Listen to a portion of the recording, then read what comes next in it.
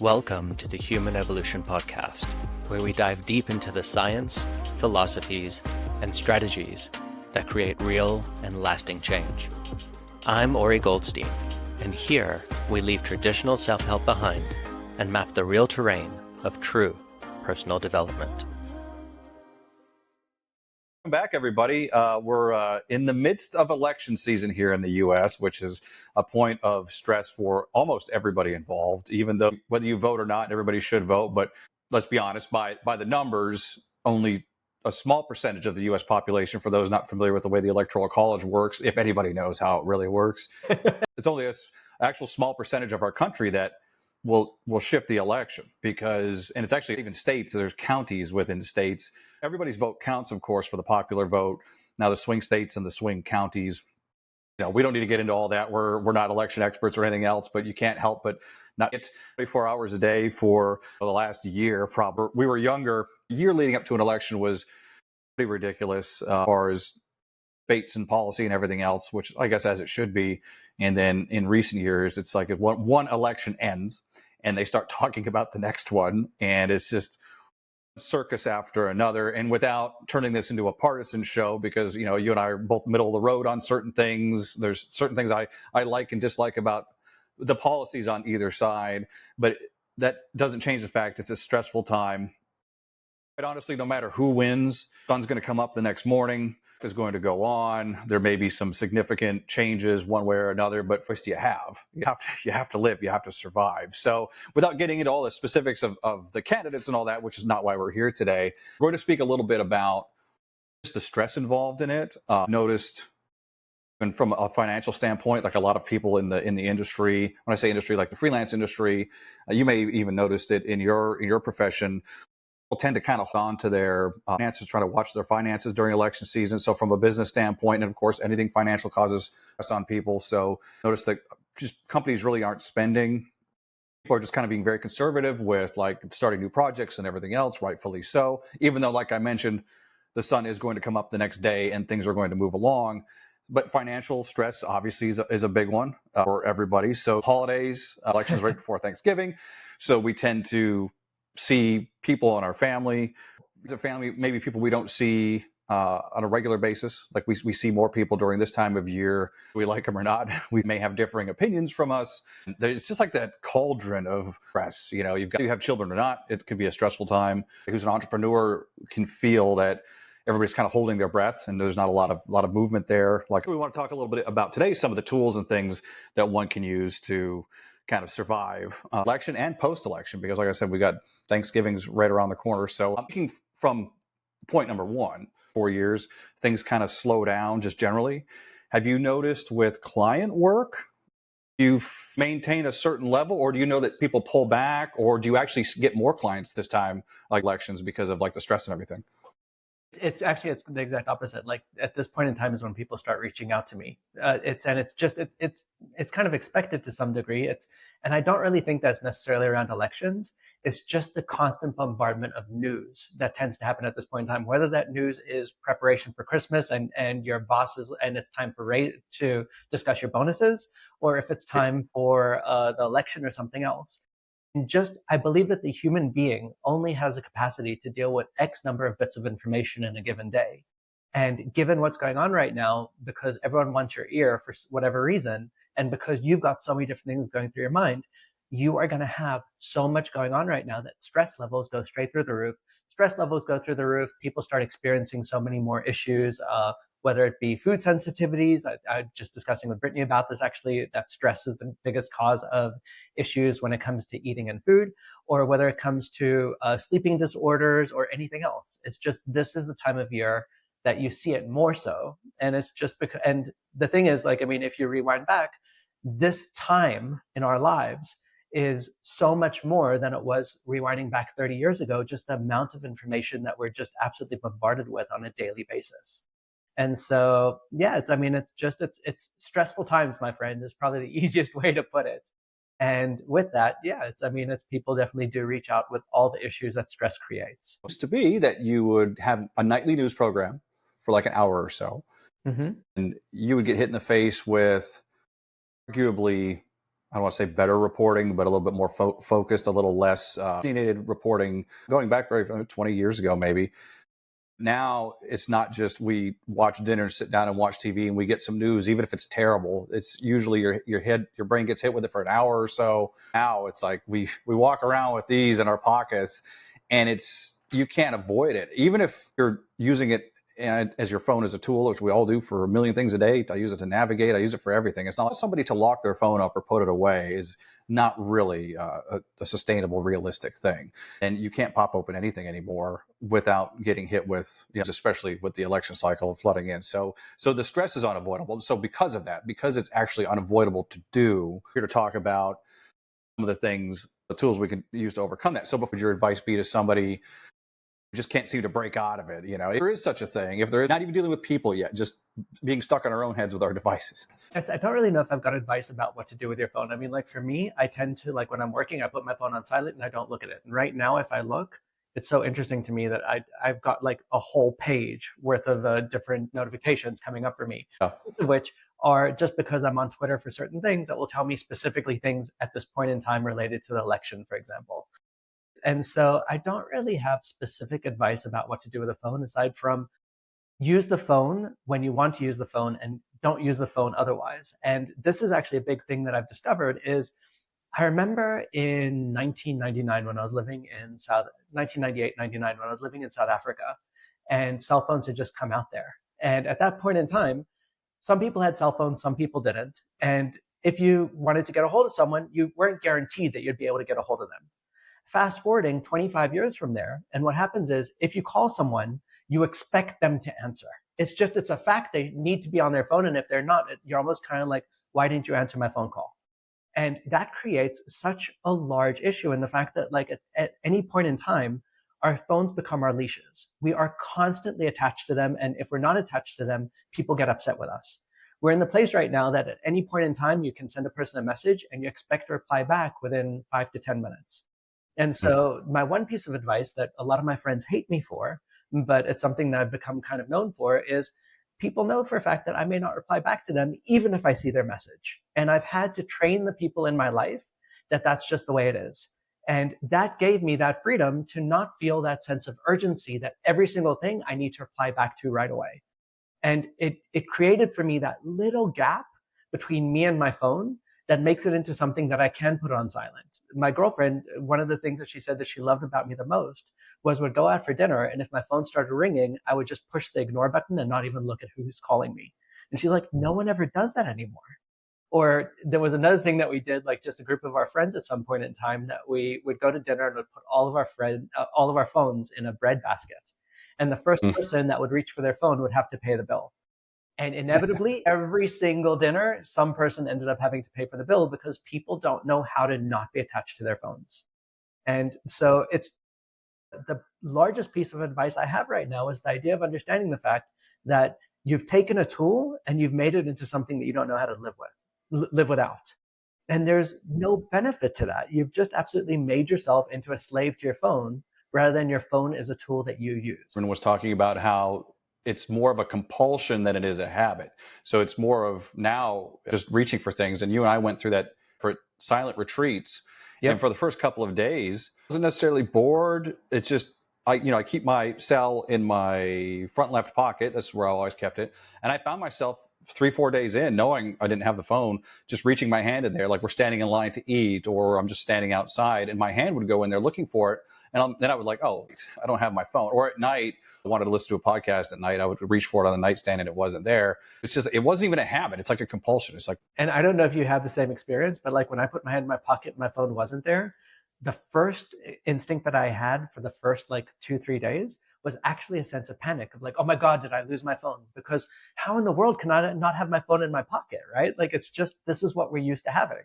And I want people right now to really just, have their goodwill hunting moment, as I call it. Just step away from it for a moment and just consider how insane that is. There's a true insanity to the fact that if you don't have your phone near you, you feel like something is missing from your life. That is not a healthy way to live, regardless how you do it. And like, we haven't even gotten into the stress of the news on the phone yet, but just the idea of that you need to have this here. And if you don't actually feel comfortable. there's something quite insane about that, people. I've been on walks before listening to like a really good podcast. Somebody will message me, I'll pause that podcast.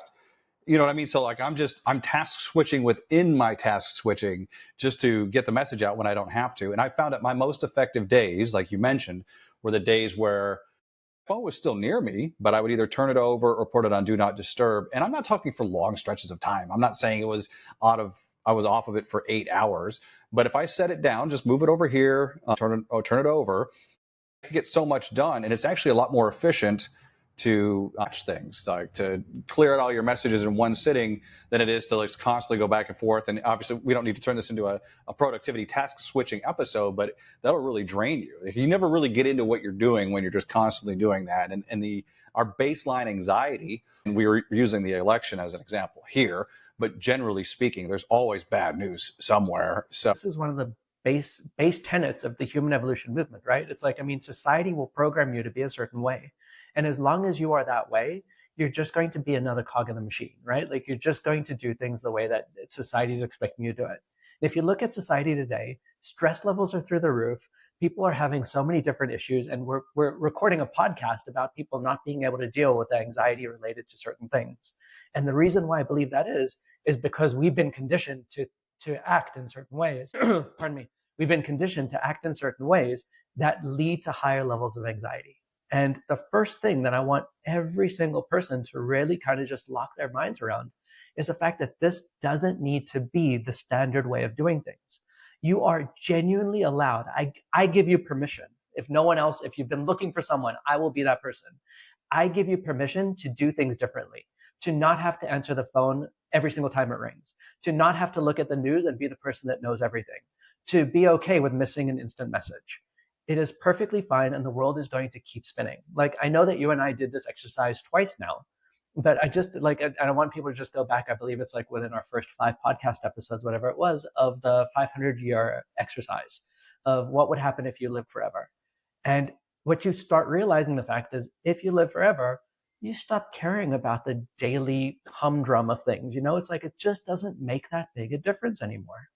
And that more mature version of you is looking at you right now going like, I get it. Elections are stressful. I get it. You've got your family reaching out to you. I get it. You've got all these different things. And that version of you is sitting there going like, but you still get to be happy right now if you just step away from that insanity and just realize the fact that you don't have to keep doing all these crazy things. I always say, and yet here we are when somebody says like, oh, did you know this? Have you been keeping up with this or whatever? I'm like, no, like I said earlier, the sun will rise tomorrow, and chances are my life is probably going to be exactly the same as it was yesterday. The policies that the candidates right now may implement aren't going to happen overnight either. So you don't have to sit and read and refresh everything, trying to stay on top of things. And another thing I've told people before is like, look, if I don't have my phone with me for a number of days, I'm just going about my life doing my thing. Something really, really big happens that I need to know. Like, I'm in Galveston, Texas right now, beautiful place. If for some reason there's a tsunami or a hurricane on its way here, I'm going to be in a coffee shop and I'm going to overhear somebody. Like, it's not going to be like, I don't need my own personal thing causing anxiety. First of all, you can't change it anyway. 2, people will inform you if it's something you really need to know about. And what I will say, it's not to say that things aren't going to go good or bad based upon what happens. Those things happen. It's kind of having the true lesson here to have is to understand the fact that regardless what happens, like you said, the sun will still rise tomorrow and you'll still be okay. Like, I remember rewinding back 8 years ago, I remember my friends right about this point in time in the year saying, if Trump gets elected, I'm moving off to Canada. Right. And then rewinding 4 years ago, people saying, if Biden gets elected, I'm running off to Australia, whatever it is. Both things happened. All my friends, not a single one of them moved. And they continued on living their lives in a perfect way, even though that terrible outcome that they spoke about ended up happening. So all these things that they said was, and I'm not saying that different policies didn't affect them. I'm not saying that different things don't need to be paid attention to. What I'm saying is, those things will happen and you will deal with them as they happen. But catastrophizing over them just takes something bad that will happen and making it 20 times worse in your nervous system. And there's no benefit to that. Isn't a blanket statement, but the media on both sides, there's always some truth to what they're saying, but they make it such a catastrophe that, like, if she gets in, it's going to be a free for all with the immigrants or whatever, and then if he gets in, he's going to be Hitler. And I'm not saying that there's not a thread there somewhere, but they take the worst of it. So it's like just gloom and doom no matter what. It impacts some people. Not going to be the end of the world either way. I know it's easy for me to say sitting here now. But no, but the thing is, it's like, and we've spoken about this so many times, the thing that I just love, and it's really been a shift in my mind in terms of looking at it, is the concept of narrowcasting. And I think I even mentioned this before, but like rewinding back to I think it was the 1980s, whatever it was, they tried to create a news station. And if I'm not mistaken, but I might be, I think that they called it GNN, the Good News Network. And they just wanted to put out good news in the world, right? It's this new thing was built, all these things, all these wonderful things happened. And I could be wrong about the name or the date, whatever it was. But what I'm absolutely certain of is within a few months, the news station ends up closing down because no one was interested in it. And so the whole thing here is news outlets know for a fact that bad things sell and that people want to know about it. And that there's a big difference between sitting there saying, if Kamala Harris gets elected, things will stay much of the same.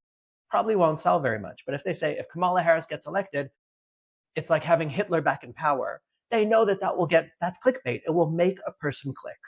And so with that, and then putting that together with the concept of narrowcasting, where based upon the fact that your likes and your interests tend to get your brain to focus on certain things or get AI algorithms to give you more of that kind of stuff, you're going to see the worst possible scenario played out in front of you over and over again in these headlines. And your brain has no choice but to get stressed about it.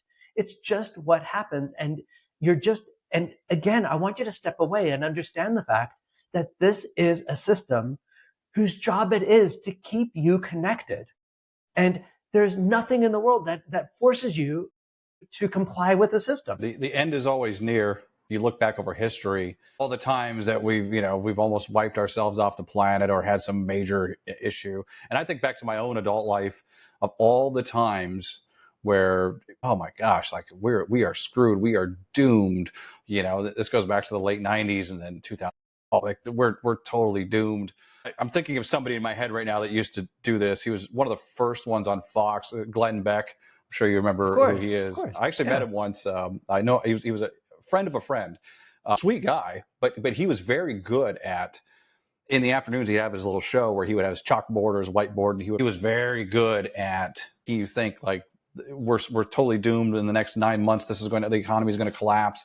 And literally nothing that he said came to fruition, but I couldn't stop watching it. It was like, oh shit, he's got a really good point, because he was very good at laying it all out. So obviously that's continued. They haven't stopped doing that. Sure, we'll have the news on tonight. Something will upset me.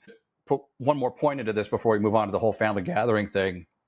Notice that because I travel a lot, I'm always overseas in the wintertime or somewhere warmer. And sometimes we travel overseas. We don't have the US channels. We do have YouTube, and there's a lot of news on YouTube now. I try to avoid that. But I've noticed a physical change in myself not having US cable news. I didn't realize it was kind of like an underlying baseline anxiety or underlying grade anxiety that I had all the time when I would watch the news, even if just for 10 minutes a day. And then when I stopped watching it, and mainly because we just couldn't get it in certain places, so it was never even a thought. And I'm like, man, I feel different. And then we'd get to a place where we could get to the news, and then I would come back. I'm like, oh shit, it was the news the whole time. Here's the thing that I really want you to pay attention to. Like, not necessarily you, but every listener that just heard your story. I want them to really wrap their head around the concept of, like, you were traveling, you weren't seeing the news. You weren't seeing the news, you were feeling better, you were feeling happier, you were feeling great. And then the world didn't collapse. Things continued along just as they were. You moved back to America. Maybe one or two things were changed, whatever it was. And I'm not saying that you shouldn't actually pay attention to what's happening in your world. But at the end of the day, do you need to pay so much attention to the point that you actually get stressed about it? Or do you want to pay enough attention to know what's going on and to choose what battles might actually involve you? I want to know enough about the candidates that I know who to vote for, because that involves me. I want to know enough about the candidates that I can basically make an informed decision about the things that will affect my life. Over and above that, knowing more about what they're going to do and how they're going to do it could be helpful, but the amount that it will be harmful is so much bigger. And I know a lot of people listening to this right now are just going to go, that's fantastic. So you're just asking me to be ignorant. And my point is, I'm not ignorant. I have a Google newsfeed. I see what's going on. I don't listen to the news. I read the news every single day. I know what's going on in the world. And what I don't know, like you just said, I will have enough conversations with friends that I'll get clued up on stuff. But what I do is I limit my exposure to it, and I don't let myself get pulled down these crazy rabbit holes that don't actually benefit me in any way, shape, or form. That is, in my opinion, that is a big difference. That makes a big difference. And then I know you said you also wanted to mention things about family, but then the big thing for me is actually discussing what to do in your mind so you don't go down that, beyond that, in terms of the stress in our lives today.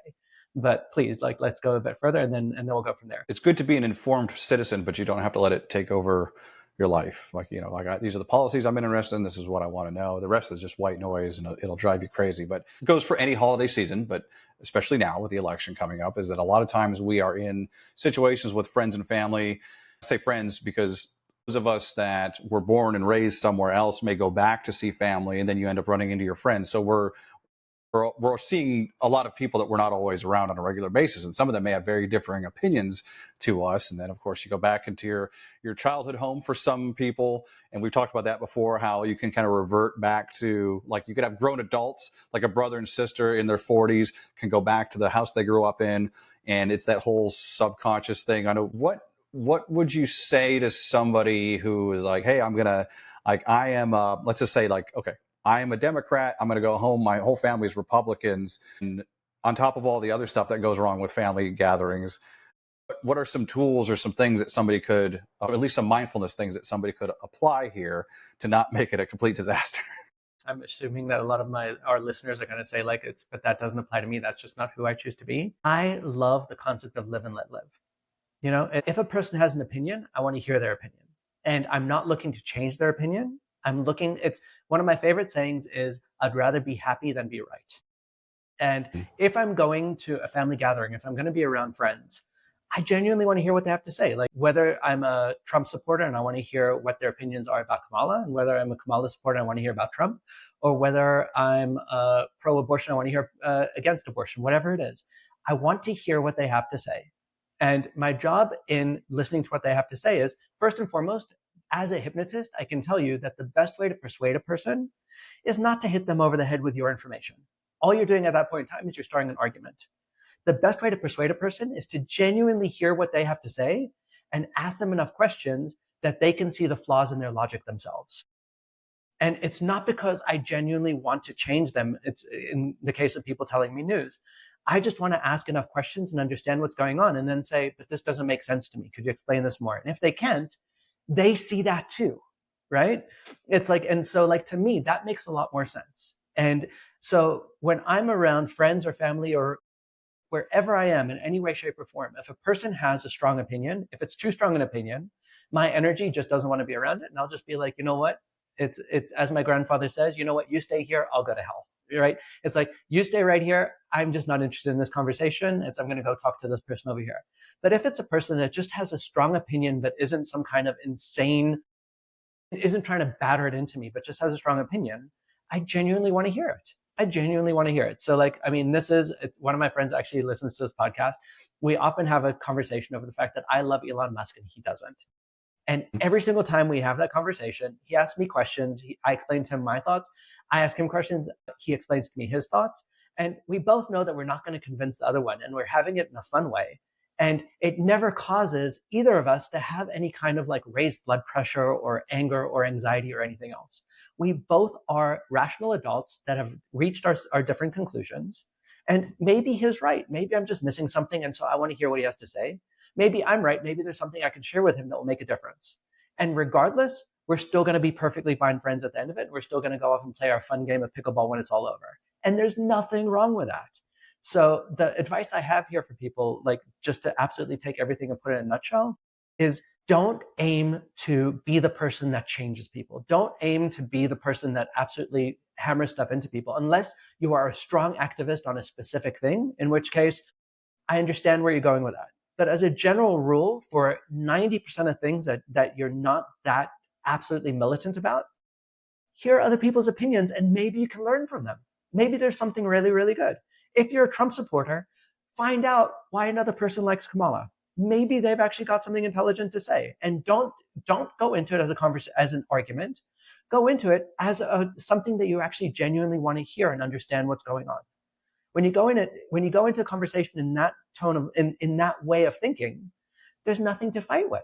There's no one there to fight with. And if they become militant and you don't want to be part of it, like I said, I'm going to go over there and have the Thanksgiving turkey. I'll talk to you later, cousin Ed. And there's nothing wrong with that either. What you said about asking them questions based upon their opinions, because there's a reason everybody thinks and feels the way that they do. So who's to say that their reason's any better or worse or right or wrong compared to our own?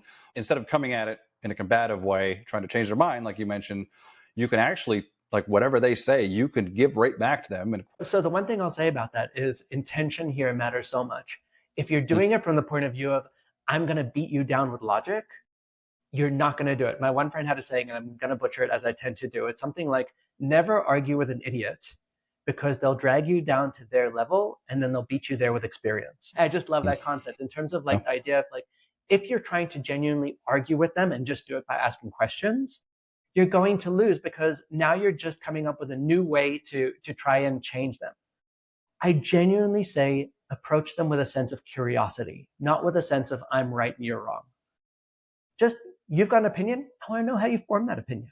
When you come at it from that point of view, there's nothing to lose here. That's been kind of sad. And I don't know that I've witnessed it firsthand, but I know multiple cases of this where neighbors and people who have been friends for years, that they really enjoy each other's company. They share the same opinions on a lot of things. Well, either at some point the political affiliation will come up, or maybe long-term friends is a bad example, but let's say neighbors, for example. Yeah. Like you talk to your neighbor every other day, like, oh, hey, how's so-and-so doing in school, whatever. Like you've known each other for a long time. You may not be super close.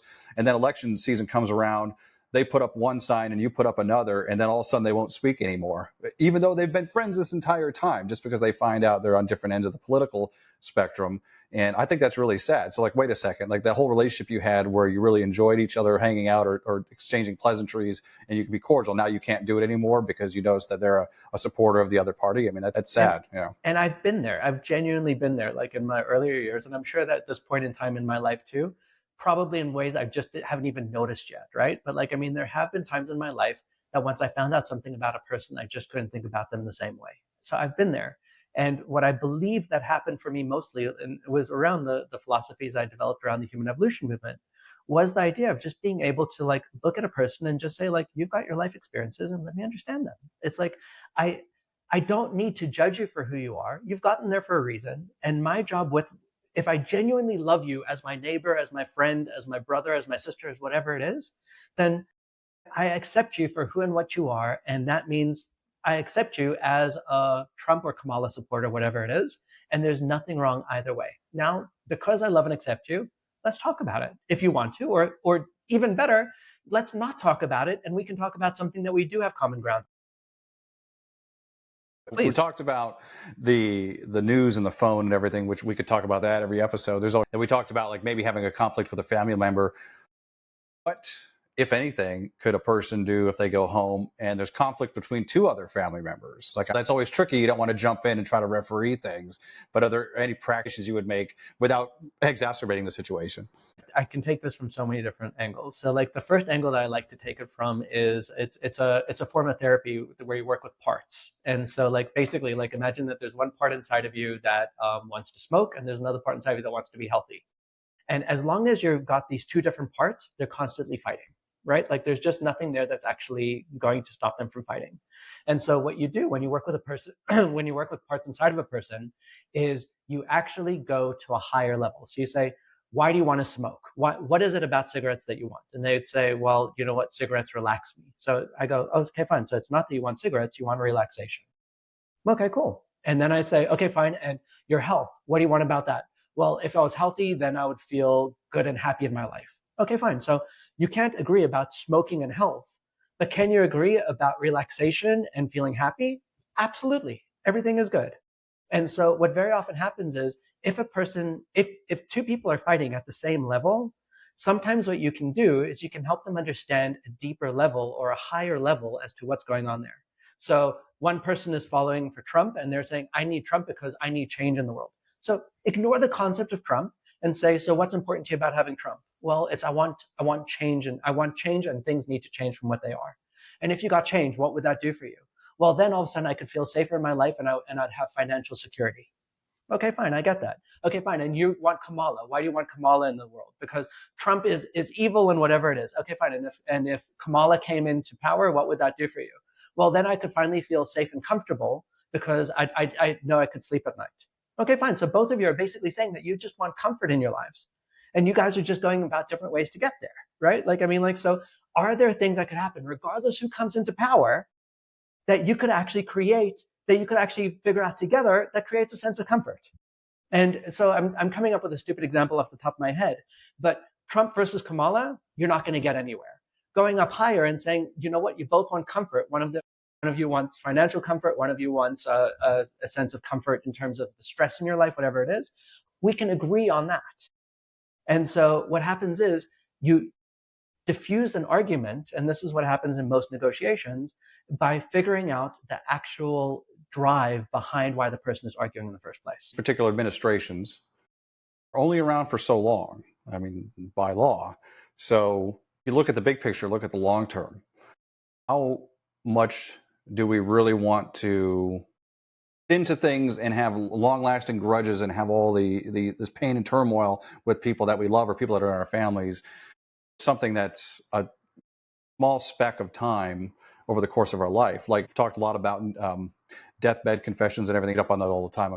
I'm fascinated with regrets that people talk about when they're dying, and it's up there. I think it's number 1 or 2 stupid grudges and the things that people held. So just try to think long term, like, oh, this Christmas may be a little rough, it may get a little heated at a couple moments, but there's going to be another family gathering. Guess what? It happens every year, so, and then there's going to be funerals and weddings and everything else.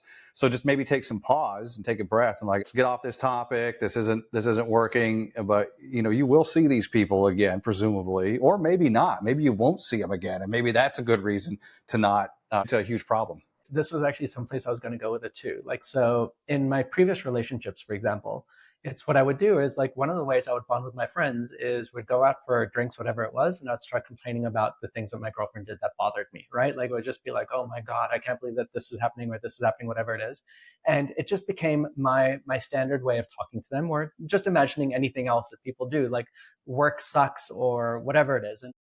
And you get together with your buddies and you complain. The one thing I chose to do differently in this relationship that was a huge shift for me was my logic was, if I'm having a real problem, I'll go see a therapist, a coach, something like that, and I'll work with the problem. If a friend asks me what's going on in the relationship, I'm going to tell them everything that's going well. And I actually had a friend that towards the beginning of the relationship that he asked me how's the relationship going, and I'm like, do you know what, it's really, really great. And then he goes, is there anything about her you don't like? It was just a fun question that he asked. And I was like, and I specifically told him, do you know what, I decided I'm not going to focus on that with friends. I don't see any benefit in having that conversation with friends along those lines. And so it's if a friend asks me, I'm just going to tell them about the good stuff because that's the stuff I want to focus on, and when bad stuff happens, I'll talk to a therapist. And so I defined this boundary for myself.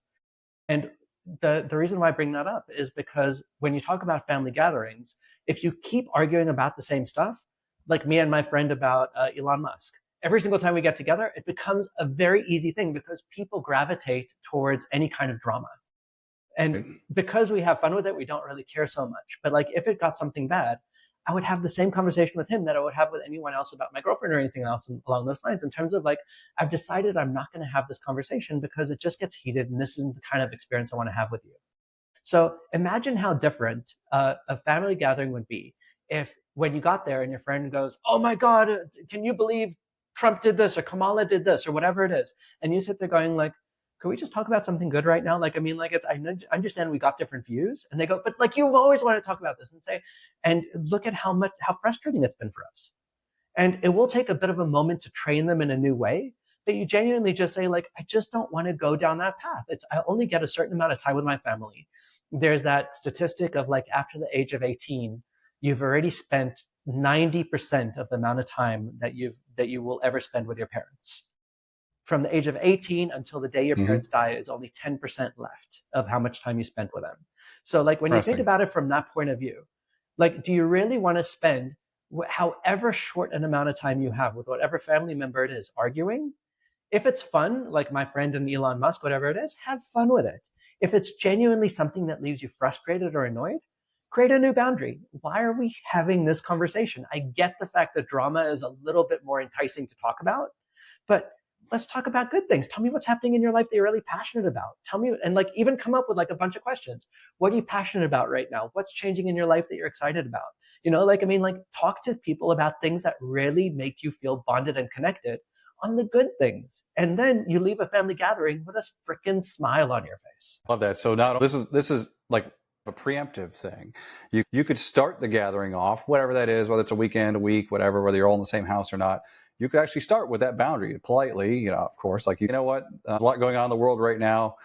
We just all agree, and not everybody may agree to that, but can we just all agree that we're just, you know, like, I just don't want to get into that. May take the temperature down before anybody even gets to that point. Because this thing in law enforcement, of course, it's really hard to de-escalate things. Like, you want to stop the problem as soon as you can. You know, you don't want to keep doing this, keep going and going. So maybe the right answer is to preempt things, set some boundaries at the onset, and then if you have to use other tools after the fact, then you have to do that. So that's really smart advice. And another thing is, even if you just preempt it, or the moment conversation starts, you kind of like just throw in your thing. And then from that point forth, if a person continues, there's a thing in psychology called gray rock theory. I don't know if you're familiar with it. But the basic idea is, and this is actually how you deal with a person that is a narcissist or highly conflict seeking kind of thing.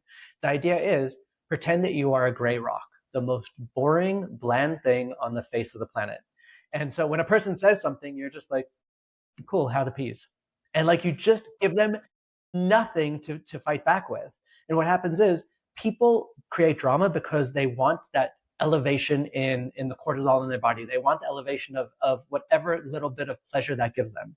And when you don't play back, in a way, you could actually get a small smile on your face. I don't want to say it this way, but you get a small smile on your face knowing that you're actually triggering them more by being a gray rock.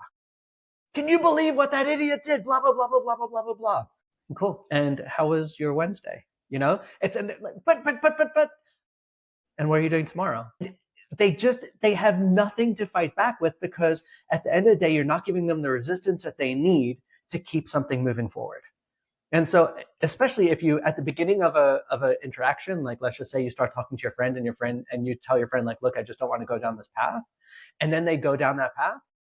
You just stand up and walk away. Genuinely stand up and walk away and just go get yourself a piece of pumpkin pie. Or as Brittany would say, like, I mean, something that you really enjoy, whatever it is, right? But like, just go up and you just become something that they understand through experience that isn't going to interact with them on that level anymore. And they just have nothing that they can continue on with. We don't necessarily have to get into like the actual process of it, but I think it should be mentioned, because or at least most people that listen to this podcast or watch it are familiar with what meditation is. When there's some tools and resources on the site for that, and of course there's a million apps out there. I'm picturing my childhood home. If I went back there, you can always take a time out, usually for yourself. So if you're visiting, you get your old room back or whatever, or if you have to take a walk or something like that. Absolutely. And I'm going to take that actually in a bit of a different direction. You mentioned that thing about law enforcement. That's hard to de-escalate a situation that's already been escalated, kind of thing. And the thing is, it's a lot easier if you already know how to deal with it, right? And so, like, to me, like, one of the biggest tools that I have, and it's unfortunately just recently, just like the last 2-3 months, I haven't been doing much of it. And then just 2 days ago, Joy, my girlfriend, and I, we actually just started a new challenge of starting to meditate again. Because there's that saying that I absolutely love of, like, if you're stressed, you should meditate every single day. Unless you're extremely stressed, in which case you should meditate twice every single day. It's just like that idea of, like, meditation is one of the best things you can do to actually teach your body how to, like, get out the stress response. But I want to explain the why of it specifically here. And so as you start meditating, the thing that really tends to happen is, it's what they call is the monkey mind. It's that part inside of your mind that just doesn't know how to shut up at all. And it's just going to jump from thought to thought to thought to thought to thought. So you sit down, you start meditating. And as you start meditating and it says, focus on your breath, And the first 3 seconds, you are a master at it, right? You're like, oh God, like I'm so good at mastering my breath, like this is so easy. 3 seconds later, all of a sudden you're thinking about that conversation you had with your boss. And then you go, no, focus back on your breath. And then 10 seconds after that, you're thinking about what you need to do tomorrow or the thing that happened yesterday, whatever it is. And so basically the fact that your mind keeps jumping from thought to thought is the monkey mind. Your brain doesn't know how to stay still. And the real purpose of meditation in my books is basically getting to that point of getting to a place that your brain can jump to every single thought. And instead of you sitting there fighting it, you just sit there going like, okay, cool. You're going to think about my boss, think about my boss. As soon as you're done with that, let's go back and focus in on my breath. And what you start teaching yourself is that all these crazy thoughts that happen to you every moment of every single day, you don't need to go down the crazy whirlpool and be pulled down with it. You can just let that thought be there and then move away from it. And so to me, the power of that, whether it comes from the news or the holidays, is once you actually start training yourself to understand the fact that you don't need to keep being pulled into the spiral, that when a person starts talking to you and starts going crazy, because you've actually trained yourself through meditation on, like we said, the concept of de-escalation, you can actually say, I don't want to go down the spiral. I'm not going to have this conversation. When you start thinking about the news and you start getting yourself completely worked up over this person is winning or that person is losing or this is happening in the world right now. And because you've trained your mind to not let the monkey mind go crazy, you say, I get it. There's a lot to think about. I got the news I need. I'm going to go back to being centered. And so the idea is the more often you can teach yourself to not just get pulled into this crazy thought that's going to pull you down this crazy path of all these different worries and everything else, and teach yourself that thought is going to continue. And it's, in my opinion, the way that they describe it in a lot of meditation, it's like a cloud moving through the sky. The thought is moving and you've got two choices. Are you going to sit there, stare at the cloud and go, it's here, and now it's here, and now it's here, and now it's here, and let the cloud pull you? Or you look at the cloud, you go, oh, cool, there's a cloud in the sky. Now let's look at the large blue sky all around it, and I don't need to focus in on that one thing. That to me is the power of what meditation tends to do. And as soon as you can really lock in your brain that skill, and it's something that you have to practice on a regular basis because it goes completely against human nature to do. But as soon as you can lock in your mind that skill of my brain is going to go crazy or I'm going to get pulled down all these different thought paths, and I'm just not going to let myself continue down those thought paths, you enter into a place that you have dealt with stress better than you ever could before because you are no longer being pulled into the stress. The thoughts arise and they pass away, and it's whether you're trying to do it or not. One of my favorite meditation apps is Sam Harris's Waking Up app, and I set mine for 20 minutes. So, example of what you're talking about. I think I've gotten pretty good at it. But I'll lay there, and I'm like, and a few minutes in, he says, and if you find your mind wandering, and I'm like, oh shit, how did he know? Because you Damn can't, it, Sam. Yeah, you can't do anything about it. But it's along the same lines. I love that cloud analogy though, because it's like thoughts are going to arise, they're going to pass. We are not our thoughts. They come out of nowhere, and you can't. Instead of trying to fight against them, just like there's another one, ever to let it go. And the real power of meditation is not the idea of sitting still for 10 minutes a day. It's like, don't get me wrong, that's the practice of meditation, and it's literally practicing it. The idea is, as they call it, living meditation or walking meditation. It's once you learn that your brain is going to be pulling you in all these crazy directions, and that you can just say, I want to focus in on this instead. And so when you take that and you actually consider what that means in terms of a family gathering, that your family member starts pulling you into this thought and you say, I want to focus in on connecting with my family right now. And you genuinely stop the momentum of the other way things were moving in your head. You say, I just don't want to go there. I'm going to pull myself back. And that is what meditation is teaching you to do. It's whether you do it through meditation or anything else, that is a life skill that, in my opinion, is probably the top of the list of everything. Learning how to not let your mind rule you, but understanding the fact that you can very easily just let your mind go crazy. I'm just not going to join you in that party. No, I love it. I can't tell you enough or much I use those subconsciously now. I'm not even paying attention anymore. Instead of reacting to certain things, I do it all day long, because I used to be a very like something happens and I lose it kind of thing. And now I game everything out that needs to be. I forget things that don't need to be. Of course, it's taking a long time. But we're all work in progress all the time. Like nobody's ever just fixed or enlightened all of a sudden. It's a practice for a reason, to that point, I mean, like I was meditating daily for like 4 years. And then, like I said, like 3 months ago, I got more into my hypnosis. I was still doing stuff daily, and I'm still doing a good job. But I did feel like it's that I lost the practice, and I just went straight back to like feeling a bit more stressed than I had before, just because my brain wasn't being trained. The monkey took over again for me. So we are all works in progress. And I mean, like eventually, please God, we all reach that wonderful Buddha state that it happens to us naturally. But aside from like the one moment of enlightenment that happens at some point in time, the idea is just teach yourself the fact that it's okay for you to not let your mind pull you in these crazy directions. Absolutely. Well, I think this is a great spot to end.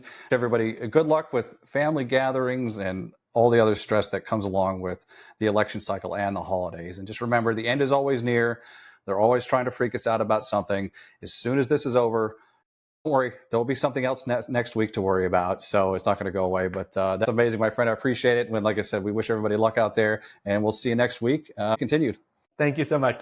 Hey everyone, it's Lee. Just one more thing before you go. Ever wondered how journaling could help change your life? You can find out by downloading the Emotional Alchemy Journal from the link in the description. It's a powerful tool for deep self-reflection, and it's completely free. And if you're looking to connect with Ori and learn more about how he can help you, visit his website at origoldstein.com. A link will also be in the description. Until next time, keep challenging the chaos within, be a little kinder to yourself, and let's continue to evolve together.